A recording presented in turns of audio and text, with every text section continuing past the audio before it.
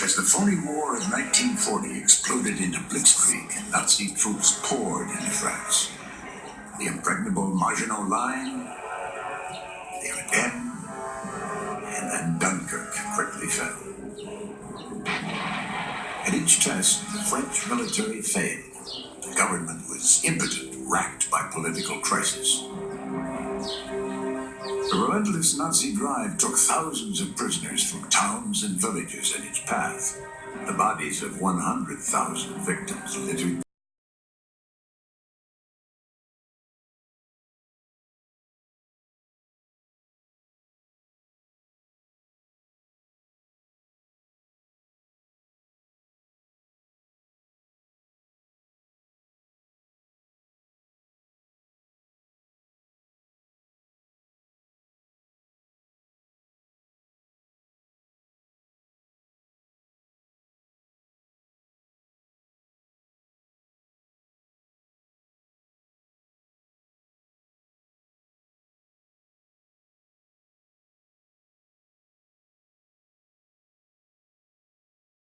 is one which is both instant and devastating. People cannot imagine what has happened to their lives. At the top of the Eiffel Tower, the Nazis unfurled the swastika. German troops paraded down the Champs-Élysées.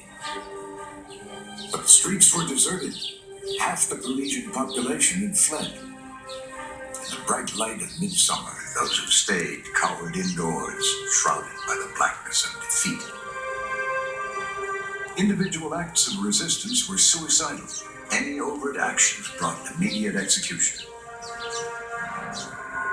The British frantically demanded that their French allies stand fast against Hitler, but to no avail. In Bordeaux, Marshal Philippe Pétain, the aged hero of World War I, became Prime Minister. Instead of mounting an offensive, he offered surrender. History will later tell what you have been saved from. Hitler accepted Pétain's request for an armistice under the most humiliating circumstances possible. The Fuhrer demanded that it be signed in the same railroad car where a crippled Germany had capitulated to France in 1918 at the end of World War I. The denigration was only beginning. The armistice divided France in two. German military authorities governed in an occupied zone in the north. The south, the so-called unoccupied zone, was governed from the spa town of Vichy by the collaborator Marshal Pétain. Across France, Pétain was the respected savior of World War I. Many placed their trust in him, hoping he would play a double game, resisting the occupiers. But Pétain immediately eliminated progressive leaders from local government jobs. The Republican ideas of liberty, fraternity, and equality were replaced by work, family, and fatherland. These values suspiciously resembled the fascist ideology of Nazi Germany.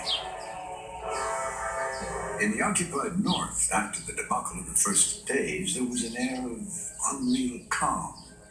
The population was awed by the occupiers. The troops were on their best behavior.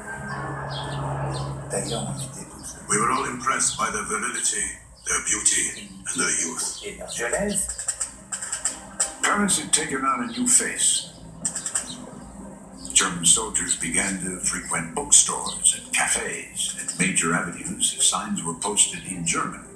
Yet in the daytime, there was a sense of normalcy.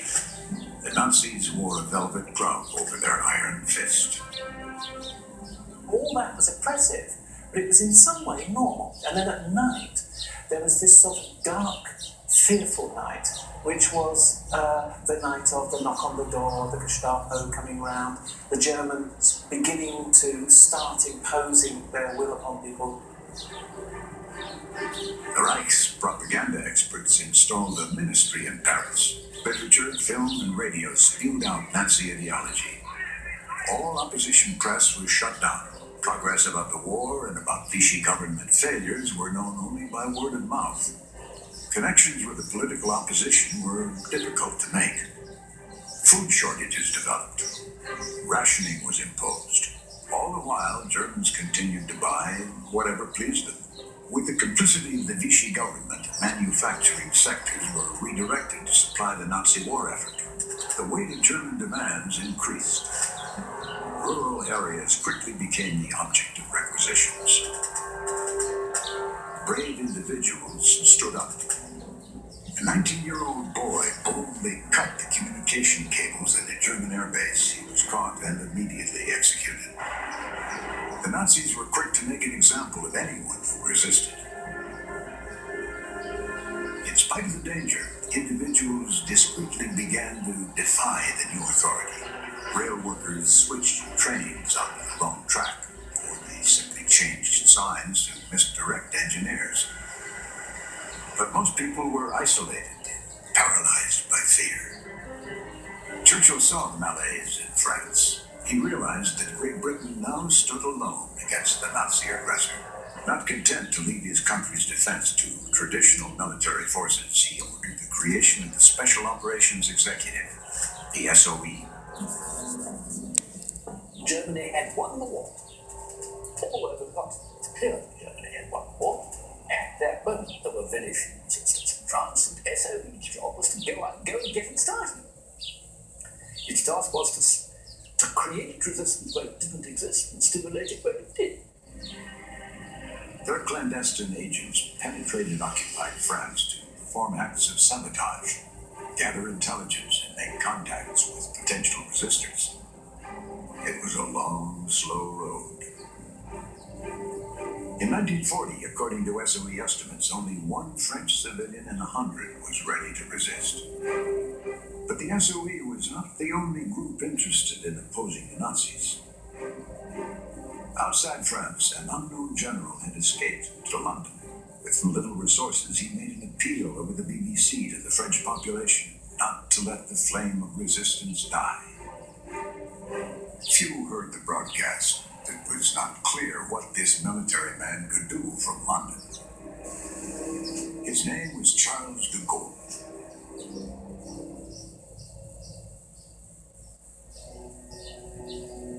As the population of Paris adjusted to Nazi rule, individuals began to contemplate action. But what could they do?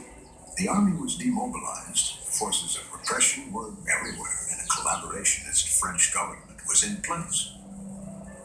Resistance started informally. While most of the population tried to adapt, others formed small groups. They operated in a vacuum, often without clear objectives. Long-term strategy was non-existent. One of the first groups that formed in Paris was located at the Musée de l'Homme, the Museum of Man. The intellectuals that worked there found the Nazi idea of Aryan superiority repugnant. They resist as people of culture. They're defending against barbarism, the anti-culture, the culture of the fascist ideology, which is not cultural at all. That's an ersatz culture. It's a devalued, depraved culture. The staff began to produce anti-Nazi pamphlets and developed networks throughout France. They established safe houses in Spain for escaped soldiers. Their numbers grew, and they made connections with the SOE in London. One of the Musée agents penetrated a submarine base at Saint-Lazare, built by the German Navy. He found detailed plans of its design, but tragedy struck. The Musée de l'Homme had been infiltrated. The Nazis arrested 15 members. Fortunately, the plans for the submarine base made it to London and the RAF.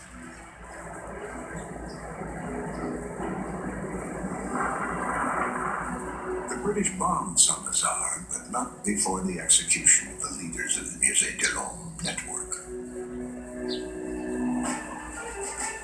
In Lyon, the largest city in the unoccupied zone, things were different. It was an important rail center and industrial zone that fed the German war machine. But it was not yet fully under Nazi control. It was relatively freer than Paris, with a long history of political activity. People from all over France massed there. Clandestine presses churned out newspapers and journals, hoping to rouse the population to resistance. They are trying to insist that there is another identity to France, apart from the France which was defeated in the Third Republic.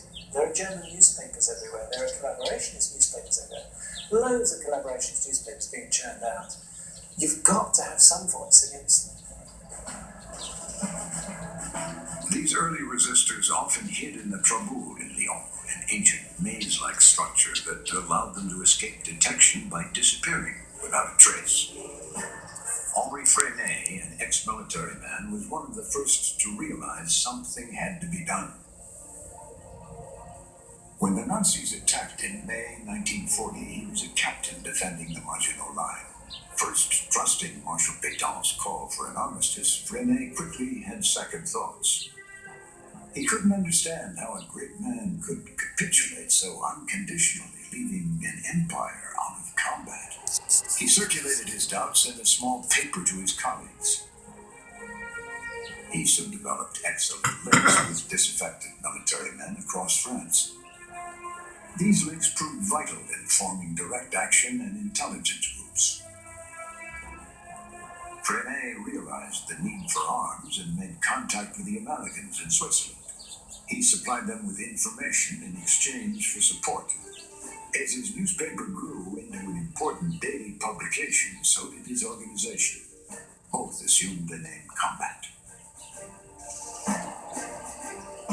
Across France, workers had traditionally been organized in unions and were known for their militancy. A colorful aristocrat, Emmanuel Dastier, started a simple paper called Libération to appeal to their interests. His paper quickly turned into the foremost democratic workers' organization in France.